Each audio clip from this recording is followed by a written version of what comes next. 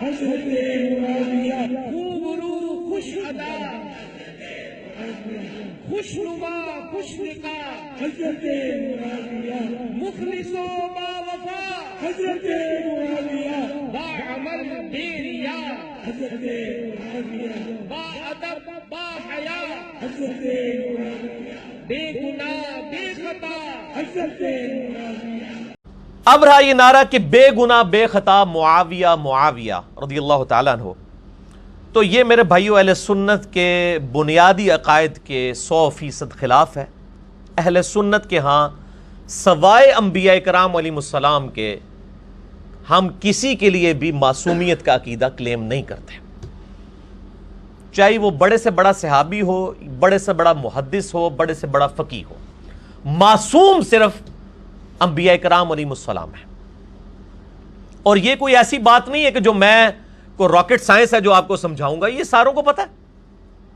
امام مالک بن انس رحمہ اللہ تعالی المتوفى 179 ہجری کا قول تواتر کے ساتھ اہل سنت کے ائمہ نے نقل کیا کہ وہ قبر رسول صلی اللہ علیہ وآلہ وسلم کی طرف اشارہ کر کے کہتے تھے، اس صاحب قبر صلی اللہ علیہ وآلہ وسلم کے علاوہ اس روئے ارض پہ کوئی شخص ایسا نہیں ہے کہ جس کی ہر بات مقبول ہو اور کوئی بات مردود نہ ہو سوائے نبی صلی اللہ علیہ وآلہ وسلم کے، اور ان کے علاوہ کوئی ایسا شخص نہیں اس روئے ارض پہ کہ جس سے اختلاف نہ ہو سکے سوائے آپ صلی اللہ علیہ وآلہ وسلم کے۔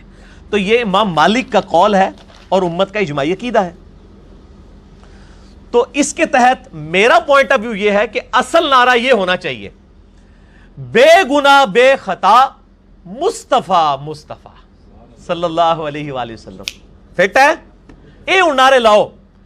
اگر آپ کو اس نعرے سے بھی اختلاف ہے نا، اس کے نیچے بھی آپ یہ لکھ کے لگائیں، بجائے آپ یہ کرنے کے کہ بے شرم بے حیا ڈیش ڈیش ڈیش ڈیش یہ لکھنے کی بجائے نا آپ علمی طریقے سے پازیٹیو جواب دیں۔ جہاں پہ انہوں نے لکھا ہو نا کہ بے گناہ بے خطا معاویہ معاویہ رضی اللہ تعالیٰ عنہ، آپ نیچے لکھ دیں بے گناہ بے خطا مصطفیٰ مصطفیٰ، تو میرے مصطفیٰ صلی اللہ علیہ وآلہ وسلم کا نام آئے گا تو پھر باقی ساری ہستیاں تو ویسے ہی ان کی کوئی حیثیت ہی نہیں رہ جائے گی اس مقابلے پہ۔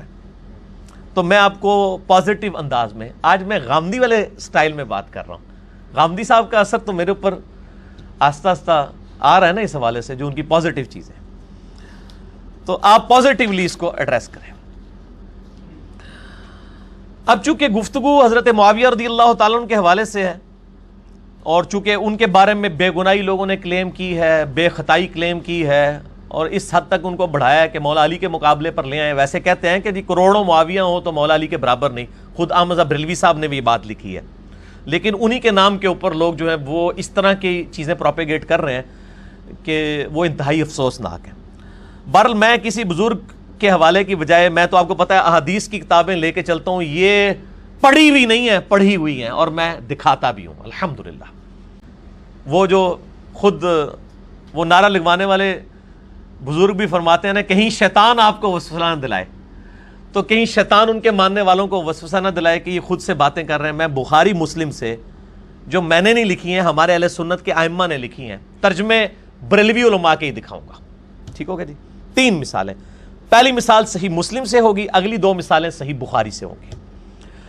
اٹھیں جی، صحیح مسلم شریف دکھائیں بریلویوں کا ترجمہ، اور اتنا بڑا کام تو اہل حدیث نے نہیں حدیث کے لیے کیا جو انہوں نے کیا ہے ترجمہ کرنے کے پوائنٹ آف ویو سے۔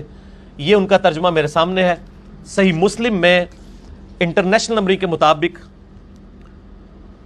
4776 نمبر حدیث ہے، 4776۔ اسلام 360 میں بھی آپ کو یہی نمبر ملے گا، 4776۔ اور جو یہ بریلویوں کا ترجمہ ہے اس میں ہے 4661۔ وہ نمبرنگ کا اختلاف ہو جاتا ہے، حدیثیں ساری موجود ہوتی ہیں۔ یہ ایچ ڈی کیمرے میں جی ان کو دکھا بھی دیں اوریجنل بریلویوں کا اپنا ترجمہ، جو میں حدیث بیان کر رہا ہوں یہ بہت کریٹیکل حدیث ہے، میں مطلب اس کو اسی لیے ایچ ڈی کیمرے میں دکھا رہا ہوں۔ میں نے اگر پڑھی تو لوگ کہیں گے پتہ نہیں یہ خود سے ہی بنا کے پڑھ رہا ہے، یہ کیسے ہو سکتا ہے کہ یہ لکھا ہوا ہو۔ تو بریلویوں کا ترجمہ ہے، میں اسی سے دیکھ کے پڑھوں گا، چونکہ میں اسپیسیفکلی ایک بریلوی جماعت کی طرف سے یہ ایشو اٹھایا گیا تو میں ان کو ان کا ترجمہ ہی دکھانے لگا ہوں صحیح مسلم کے اندر، کتاب الامارہ چیپٹر میں۔ حضرت عبداللہ بن عمر بن عاص رضی اللہ تعالیٰ عنہ نے خانہ کعبہ شریف کے ساتھ ٹیک لگائے ہوئے بیٹھے تھے سائے میں، تو انہوں نے اطاعت امیر کے حوالے سے نبی علیہ السلام کے کچھ فرامین ارشاد فرمائے کہ امیر کی اطاعت کرو اور جس کی بیعت کر لو اس کے پیچھے چلو۔ تو ایک تابعی جو ہیں جن کا نام ہے عبد الرحمن بن عبد رب کعبہ، وہ جب یہ ساری باتیں سن رہے تھے تو وہ عبداللہ بن عمر بن عاص کے قریب آئے، انہوں نے کہا کہ یہ جو آپ ہمیں اطاعت امیر کے اوپر لیکچر دے رہے ہیں، کیا یہ ساری باتیں آپ نے نبی علیہ السلام سے خود سنی ہیں؟ تو انہوں نے کہا، اپنے دونوں کانوں اور دل کی طرف اشارہ کیا اور کہا کہ میرے دونوں کانوں نے آپ کی زبانی یہ بات سنی اور میرے دل نے محفوظ کیا۔ اس کے جواب میں وہ تابعی کہتا ہے کہ آپ کا چچا زاد بھائی معاویہ ابن ابی سفیان رضی اللہ تعالیٰ عنہ، جو اس وقت ہمارا یعنی حکمران تھا ان کا، وہ تو ہمیں یہ حکم دیتے ہیں کہ ہم ناجائز طور پر دوسروں کا مال کھائیں اور لوگوں کو ناحق قتل کریں، جبکہ اللہ تعالیٰ سورۃ النساء میں ارشاد فرماتا ہے، 29 نمبر آیت اس تابعی نے پڑھ کے صحابی کو سنائی کہ اللہ ہمیں کیا کہہ رہا ہے اور آپ ہمیں کیا کہہ رہے ہیں۔ اعوذ باللہ من الشیطان الرجیم، بسم اللہ الرحمن الرحیم، یا ایھا الذین آمنوا لا تأکلوا اموالکم بینکم بالباطل الا ان تکون تجارۃ عن تراض منکم ولا تقتلوا انفسکم ان اللہ کان بکم رحیما، کہ اے اہل ایمان ایک دوسرے کا مال ناحق طریقے سے مت کھاؤ، البتہ تجارت کے پوائنٹ آف ویو سے اگر کوئی کاروبار کرتے وہ جائز ہے، اور ایک دوسرے کو ناحق قتل مت کرو، بے شک اللہ تعالیٰ تمہارے لیے رحیم ہے۔ تو انہوں نے کہا اللہ تو کہہ رہا ہے کہ حرام خوری نہیں کرنی، ناحق قتل نہیں کرنا، اور ہمارے امیر جو اس وقت ہیں وہ ہمیں حرام خوری بھی کروا رہے ہیں اور ناحق قتل بھی کروا رہے ہیں۔ اب کتنے سخت الفاظ ہیں، یہ صحیح مسلم شریف ہے میرے بھائی، یہ اصول الکافی نہیں ہے شیعہ کی۔ اب یہ بات سن کے عبداللہ بن عمر بن عاص، چونکہ منصف مزاج آدمی تھے، آج کا کوئی بندہ ہوتا تو شاید وہ کلاشنکوف نکال لیتا، تو صحابہ کا گستاخ، لیکن وہ نبی کی تربیت یافتہ تھے، انہوں نے اپنا سر جھکا لیا، جنہوں پنجابی کہتے سوچ ہی پائے گا کہ میں ان کے جواب دیا۔ تھوڑی دیر بعد انہوں نے سر اٹھایا اور سر اٹھا کے انہوں نے کہا اطیعہ فی طاعت اللہ وعصہ فی معصیت اللہ عز وجل، معاویہ کی اطاعت کرو اللہ کی اطاعت کے کاموں کے اندر، اور جس جگہ وہ اللہ کی نافرمانی کے کام تمہیں بتائے تم اس کی نافرمانی شروع کرو۔ بالکل سمپل بات ہے، جو بخاری مسلم میں حدیث ہے مولا علی علیہ السلام سے کہ نبی صلی اللہ علیہ وآلہ وسلم نے فرمایا کہ مخلوق کی اطاعت جو ہے وہ خالق کی اطاعت کے اندر اندر ہے، خالق کی معصیت کے اندر مخلوق کی کوئی اطاعت نہیں ہے۔ یہ پہلی مثال تھی میرے بھائیوں۔ دوسری مثال صحیح بخاری میں ہے، انٹرنیشنل نمبر کے مطابق 4108، اور یہ ہے غزوہ خندق والے کتاب المغازی چیپٹر میں۔ یہ بھی بخاری میں بریلویوں کا شبیہ بدرزی دکھانے لگا ہوں۔ یہ فرنٹ پیج ہے بخاری شریف کا،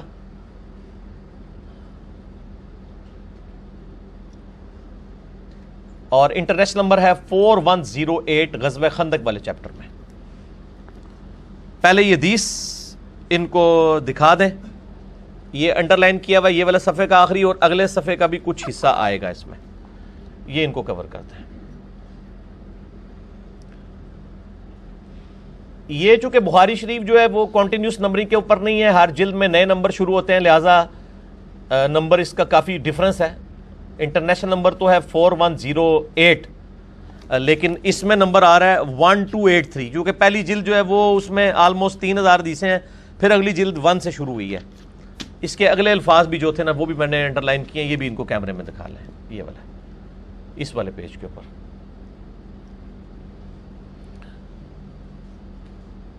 4108 صحیح بخاری میں کتاب المغازی چیپٹر میں عبداللہ بن عمر رضی اللہ تعالیٰ عنہ کی رائے۔ پہلے آپ نے سنی ہے عبداللہ بن عمر بن عاص کی رائے، اب سنیں عبداللہ بن عمر رضی اللہ تعالیٰ عنہ کی رائے۔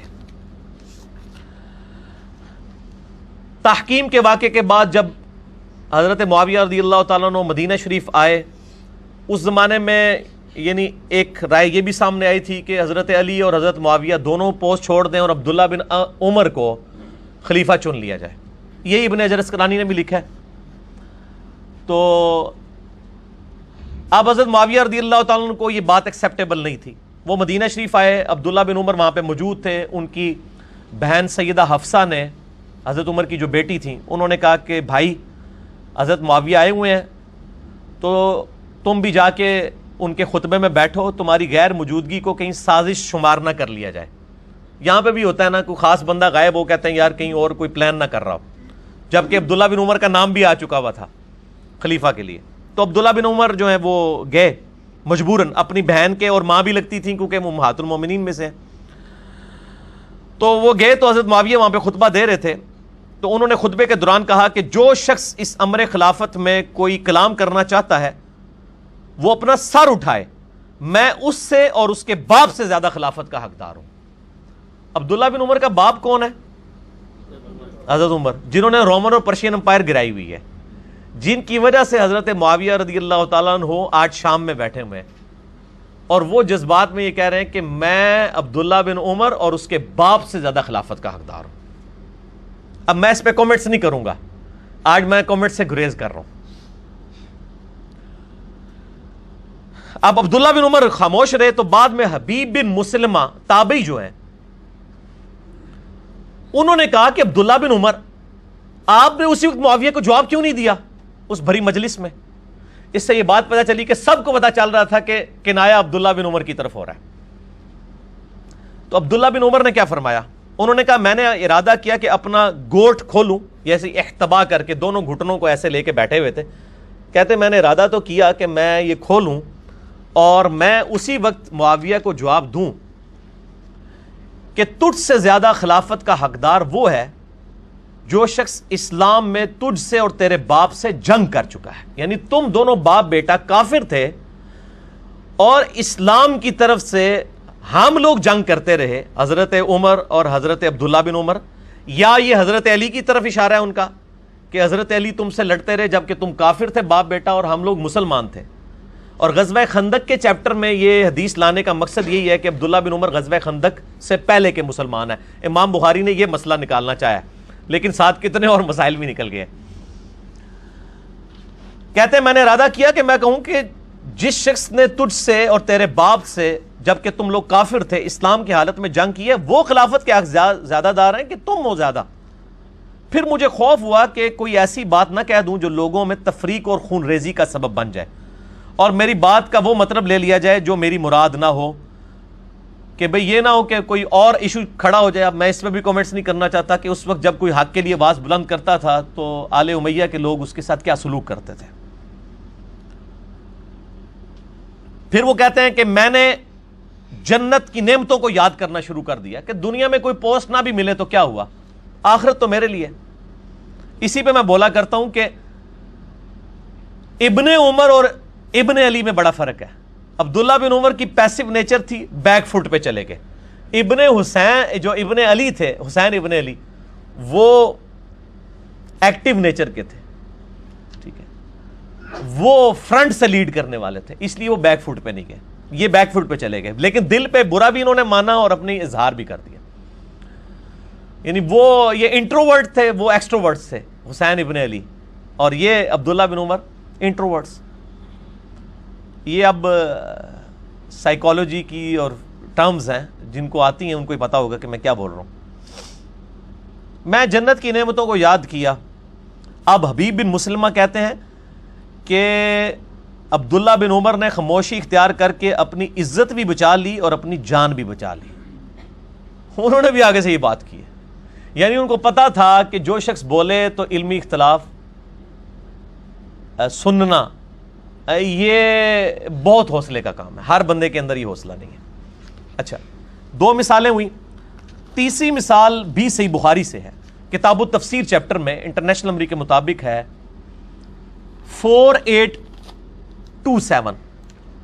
سورۃ الاحقاف کی آیت نمبر 17 کی تفسیر میں امام بخاری لے کے ہیں 4827, اور بریلویوں کا جو یہ دوسری جلد میں بخاری میں نمبر ہے 1948. یہ ذرا دکھا دیں, لیفٹ والے پیج کا آخری حصہ اور رائٹ والے کا اوپر والا, ایک ہی بار میں دونوں کو کور کرتے ہیں. یہ صحیح بخاری انٹرنیشنل نمبر کے مطابق 4827 اسلام 360 میں بھی آپ کو مل جائے گی انشاءاللہ۔ میرے ریسرچ پیپر میں یہ ساری حدیثیں موجود ہیں۔ کسی نے پریشان نہیں ہونا کہ یہ اتنی بڑی دریافتیں ہیں تو ہمیں بعد میں یاد نہ رہے۔ تو انہوں سارے انشاءاللہ جتنے بھی ادھر 70-80 کے قریب لوگ بیٹھے ہوئے ہیں ان کو ہارڈ کاپی اس کی مل جائے گی۔ ریسرچ پیپر کا میں تعارف بعد میں کرواتا ہوں، اور پوری دنیا میں سافٹ کاپی جاتی ہے، ہارڈ کاپی فری۔ اس حدیث میں آتا ہے کہ مروان بن حکم کو حضرت معاویہ رضی اللہ تعالیٰ عنہ نے جب حجاز کا، مکہ مدینے کا گورنر بنا کے بھیجا تو اس کی ڈیوٹی لگائی کہ وہ حضرت معاویہ کے بیٹے یزید کے لیے لوگوں کی بیعت لیں ان کی اپنی زندگی میں۔ یہاں پبلک کو جھوٹ بتایا گیا کہ نہیں وہ تو خود بخود ہی بن گیا تھا۔ تو مروان جو مکہ مدینے کا گورنر تھا اس نے خطبہ دیا، اور خطبے کے دوران اس نے یزید بن معاویہ کا ذکر کرنا شروع کیا تاکہ اس کے باپ کے بعد اس کی بیعت کی جائے۔ اب سامنے صحابہ بیٹھے ہوئے تھے۔ یہاں پہ بھی آپ کو پتہ ہے نا، حکمرانوں کے جو یعنی آگے لوگ ہوتے ہیں وہ کہتے ہیں جی وہ ہمارے لیڈر نے سوچا ہے کہ امت کے وسیع تر مفاد میں یہ کام کر دیا جائے۔ تو مروان نے بھی کہا کہ امیر المومنین معاویہ ابن ابی سفیان رضی اللہ تعالیٰ عنہ کو اللہ تعالیٰ نے یہ بات سجھائی ہے، وہ امت کے وسیع تر مفاد میں چاہتے ہیں کہ وہ اپنے بیٹے کو اپنے بعد نامزد کر دیں۔ اور ساتھ ایک جملہ بولا جو بخاری میں نہیں ہے لیکن باقی حدیث کی کتابوں میں ہے۔ وہ جملہ یہ بولا جیسا کہ ابو بکر نے بھی تو عمر کو بنایا تھا۔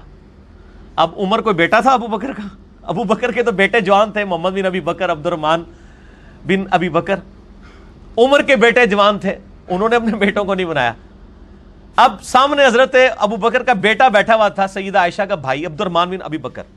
حضرت عبد الرحمن بن ابی بکر نے مروان کی جب یہ بات سنی تو کچھ کہا۔ امام بخاری نے وہ الفاظ نہیں نقل کیے کہ کیا کہا، لیکن گل کوئی چوبے والی کیتی ہے، ایسی کیتی ہے جیڑی وہ کہنے چوب گئی اگلے بندے نو۔